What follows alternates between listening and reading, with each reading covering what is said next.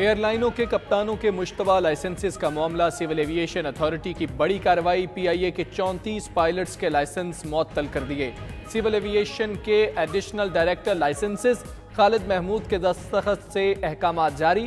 Civil aviation authority نے اپنی تحقیقات مکمل کرنے کے بعد پائلٹس کے لائسنس معطل کیے۔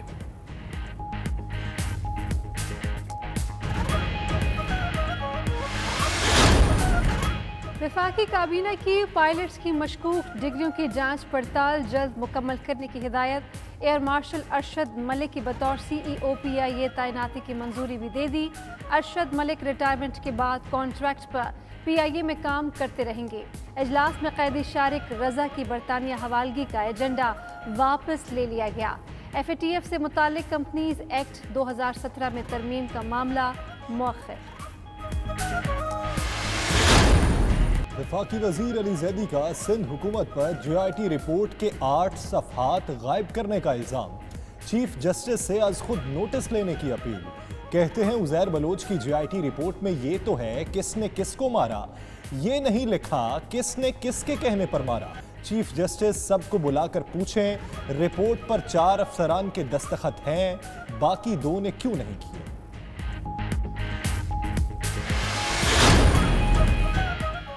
جے آئی ٹی رپورٹ میں مبینہ رد و بدل کا معاملہ، وفاق کا سندھ کے حکمرانوں کے خلاف مقدمے کا اندیا۔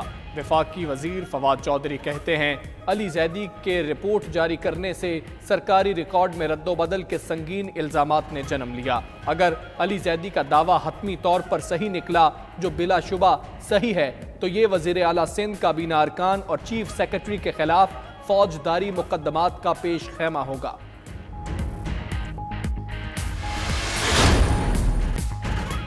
علی زیدی نے کچھ کاغذات لہرائے، سندھ حکومت نے اصل رپورٹ دکھا دی۔ مرتضی وہاب کا کہنا ہے علی زیدی کی پریس کانفرنس کھودا پہاڑ نکلا چوہا کے مترادف ہے، دماغی اختراع کی کوئی قانونی حیثیت نہیں ہوتی۔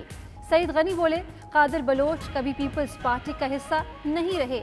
پیپلز پارٹی کا علی زیدی پر اسپتال کے چندے کے $3 ملین اپنے اکاؤنٹ میں ڈالنے کا بھی الزام ہے۔ آفاق احمد نے ذوالفقار مرزا سے رقوم لینے کا نثار مورائی کا دعویٰ مسترد کر دیا، اس کی کوئی حیثیت نہیں۔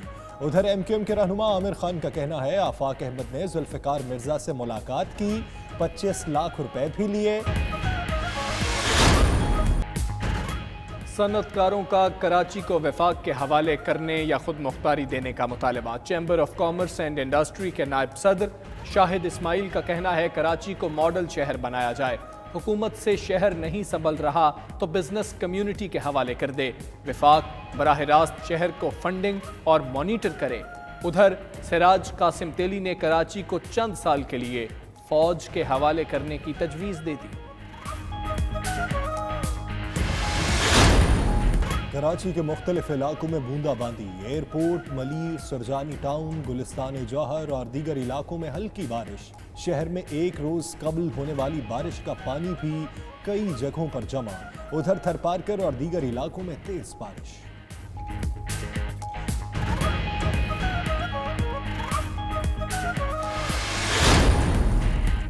پاکستان شوگر ملز ایسوسی ایشن میں جہانگیر ترین گروپ کے خلاف بغاوت، خود ساختہ چیئرمین نعمان احمد کو ہٹانے کے لیے پروگریسو گروپ قائم۔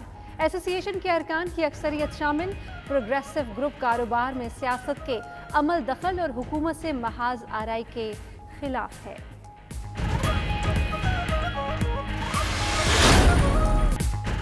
-1-2 نہیں -all، مولانا کو بھی آ گیا جلال، حکمران خود استعفیٰ دے دیں گے تو بہتر ہے۔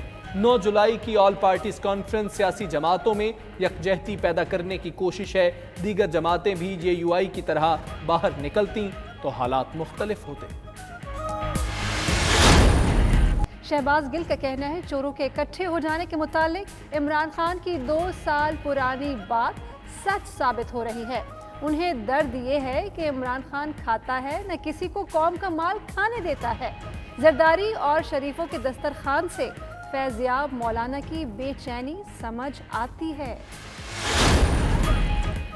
عثمان بزدار کے خلاف تحریک عدم اعتماد اور پرویز الہی کے وزیر اعلیٰ بننے کے متعلق 6 مگوئیاں۔ رہنما مسلم لیگ کاف چودھری مونس الہی نے وزیر اعلیٰ کے خلاف تحریک عدم اعتماد لانے کی خبروں کو مسترد کر دیا۔ کہتے ہیں چودھری پرویز الہی وزارت اعلیٰ کے امیدوار نہیں ہیں۔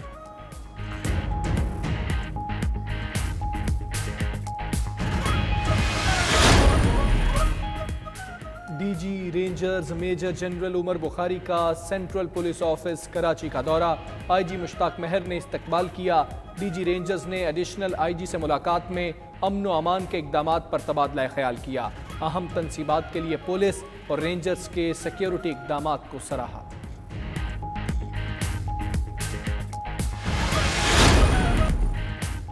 خیبر پختونخوا کی تمام یونیورسٹیز میں قرآن پاک ترجمے کے ساتھ پڑھانے کی قرارداد منظور۔ صوبائی اسمبلی میں قرارداد جماعت اسلامی کے عنایت اللہ نے پیش کی، ایوان نے متفقہ طور پر منظور کر لی۔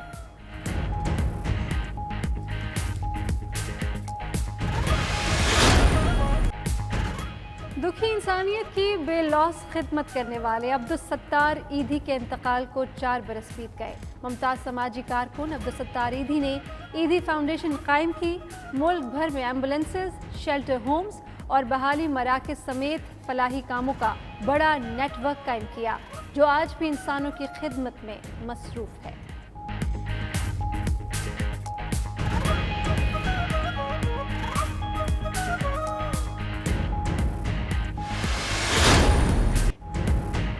شائقین کرکٹ کا انتظار ختم ہونے میں چند گھنٹے باقی۔ انگلینڈ اور ویسٹ انڈیز کی ٹیمیں سیریز کے پہلے ٹیسٹ میچ میں آج مد مقابل آئیں گی۔ ٹیمیں کرونا کے تناظر میں نئے قوانین کے تحت میدان میں اتریں گی۔ تھوک سے گیند چمکانے پر پابندی،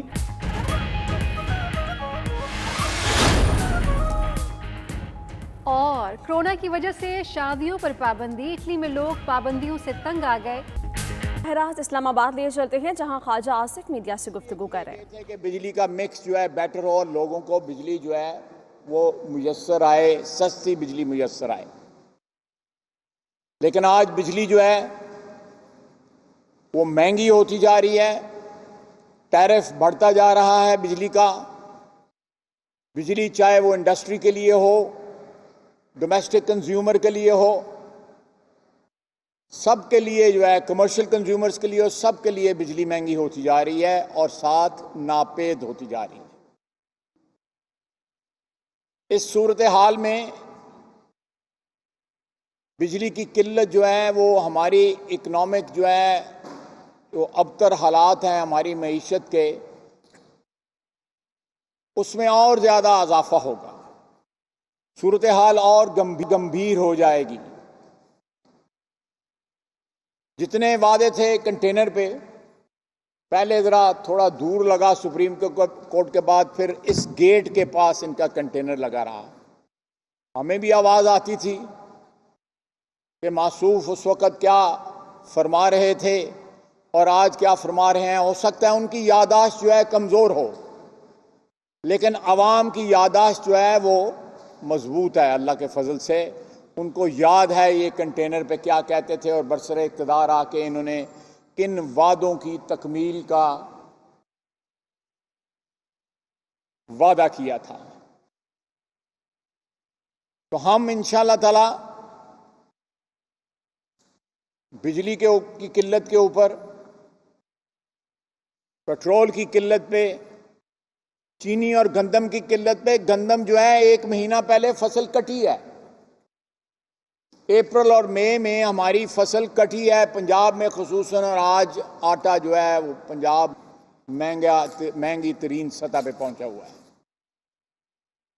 حکومت کی سرپرستی میں اس وقت مافیا پل رہے ہیں، اگر کم تھے ان کی تعداد میں بھی اضافہ کر دیا گیا ہے۔ کوئی یوٹیلیٹی سٹورز کے ذریعے کسی کو اوبلائج کیا جا رہا ہے، کسی کو ای سی سی کے ذریعے کیا جا رہا ہے، کسی کو کابینہ کے ذریعے کیا جا رہا ہے۔ ایک لمبی داستان ہے، یہ اتنی تیز رفتاری کے ساتھ مافیا کی سرپرستی کر رہے ہیں کہ اس کا ٹریک رکھنا بھی جو ہے مشکل ہے۔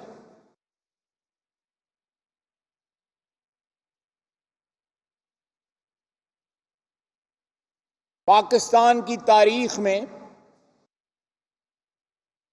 70 سالہ تاریخ میں اتنے بجلی کے پروجیکٹ نہیں لگے تھے جتنے میاں نواز شریف کی حکومت نے، پاکستان مسلم لیگ نون کی حکومت نے 5 سال میں لگائے۔